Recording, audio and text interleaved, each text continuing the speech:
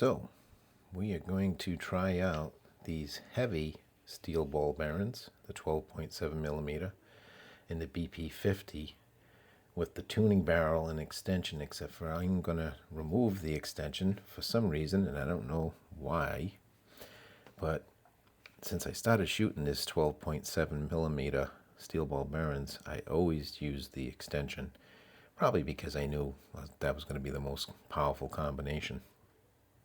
However, I had a viewer ask me what the feet per second were or was without the tuning barrel extension, and I didn't have an answer. Went back and checked my data, my records, my spreadsheets, and sure enough, I never bothered testing it without the tuning barrel extension. So today I'm going to take that off, and we're going to test it and see what these heavies will do for us without the extension. Obviously, in a concealed carry situation, you're probably not going to want this extension on there. So, be a good idea to see what we get out of this without the extension. I guarantee it will be less feet per second and less joules. But so I wanted to measure these up. These are, again, the heavier ones. So they weigh up about 8.34 grams each. And these are the 12.7 millimeter steel ball bearings. All right. We are going to head to the range now, and we will shoot a magazine of 7 of these and see what we get. All right. We are back at it. Back downstairs. Going to have a little bit of fun. About 7 rounds worth. So I had a viewer request if I knew what the feet per second was that I was getting with the BP50 shooting the 12.7 millimeter steel ball bearings. These are the heavy ones, the 8.4 gram. And he wanted to know what I was getting without the tuning barrel extension. So I went through my records, and would you know, I never tried it with the ammunition. With the heavy ammunition without the extension. I knew it was going to be less feet per second, less joules anyways. So I guess for whatever reason I was just looking to get the highest I could. But if you're going to carry the BP50 with the tuning barrel and you want to carry something heavy ammunition in it, then more than likely you're not going to be running the extension, the other 4-inch extension on it. So you're probably just going to be running it like this, maybe with there's a little trim piece, a little cap you can put on that comes with the tuning barrel extension, or the tuning barrel kit. And again, this is a repurposed kit for the home defense pistol, but made by Umerix. So, and you have to modify the barrel to make it work. I also had to go one step further, and I had to remount this aluminum barrel a little bit, not a lot, just a little bit, so that I could actually get the 12.7 millimeter, the larger heavies, to go through it. So so what I'm going to do today is I got a fresh CO2 in here that I'm going to puncture up in a moment, and I'm going to go ahead and shoot 7. Usually you can get 8 rounds in one of these BP50 magazines, but this larger ammo, it's tough. I don't even know if you can get that 8th one in here. So I've been running 7 of these in here. These are indeed the 12.7 millimeter, the larger ones.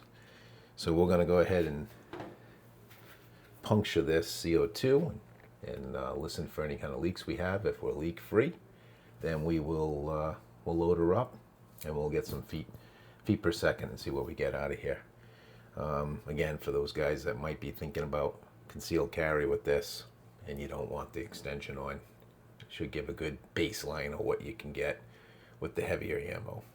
Also, there are some companies out there, at least one I know of, SSD, that does make a rear ASA for the BP50, and I believe he also makes a power mod for it.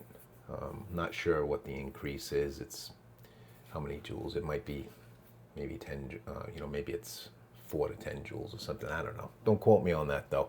But I know there are a couple guys that have it and have made videos as well. So just another option, if you needed to increase the power because for what you're losing in the front end, not having that extension, you know, maybe you can make up for it by having a little bit larger capacity for, you know, larger volume for your CO2.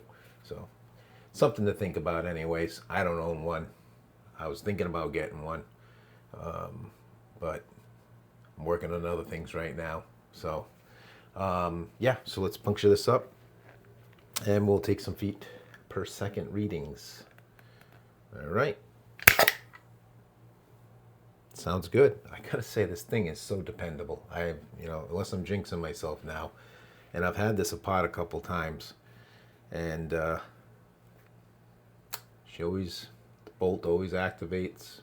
I don't think I've ever had a leak with these. Still original O-rings. I couldn't even tell you what size the O-rings are on this thing because I haven't had a need for O-rings yet on them. But the bolt and valve assembly, it's like a miniature version of what we have on the X68, the Pastelli, and of course the Intrabuster Gen 2. Matter of fact, it just kind of looks like a smaller Intrabuster Gen 2. But it's very compact. It's a very nice nice pistol. All right, 7 rounds of the heavies. I'm going to load that up. I did throw the bore sighter on this since I last shot the gun yesterday. And I thought it was going to be way off, but it wasn't off that much, this laser. So apparently it was just me, my lousy, my lousy aiming while I'm trying to hold the X radar. It's not the easiest thing to do, and my hand's a little shaky anyway. So, all right, so we got 7 rounds in here. I don't have my ears on. This one's not usually that loud, so I'm not going to worry about it. And yeah. Let's see what happens. All right. Mag 1, shot 1, 12.7 millimeter. BP50. And of course, I ain't shooting at any targets this time, so as long as I don't miss the box, I'm good to go. All right, here we go.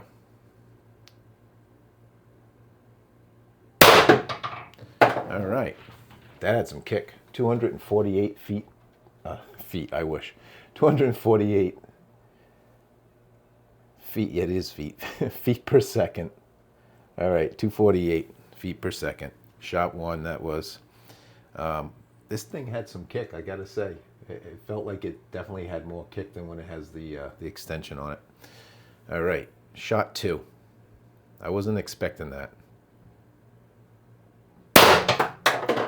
244 feet per second. Shot 3.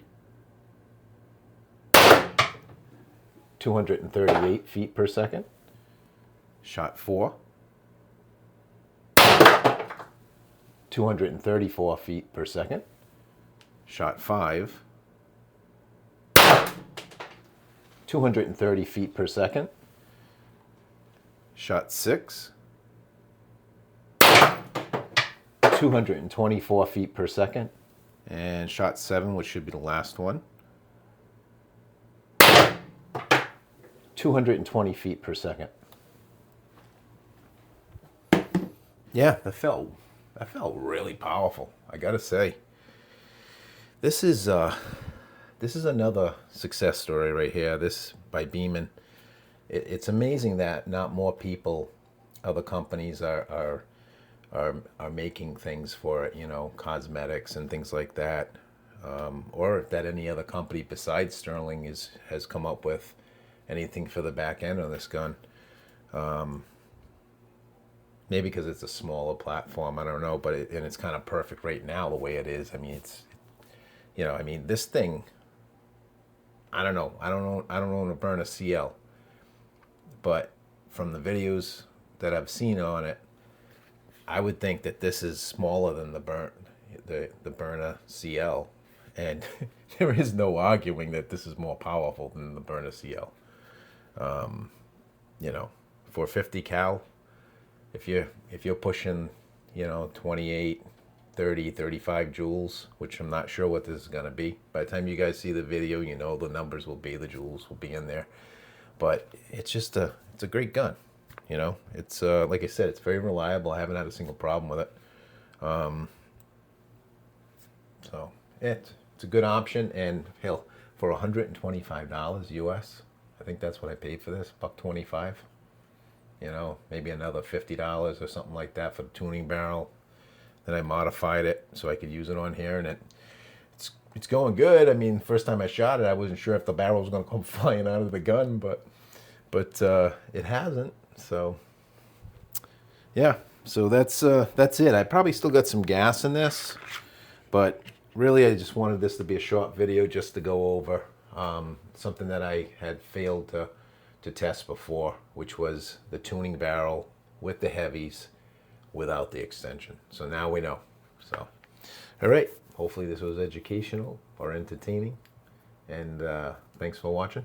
Peace out.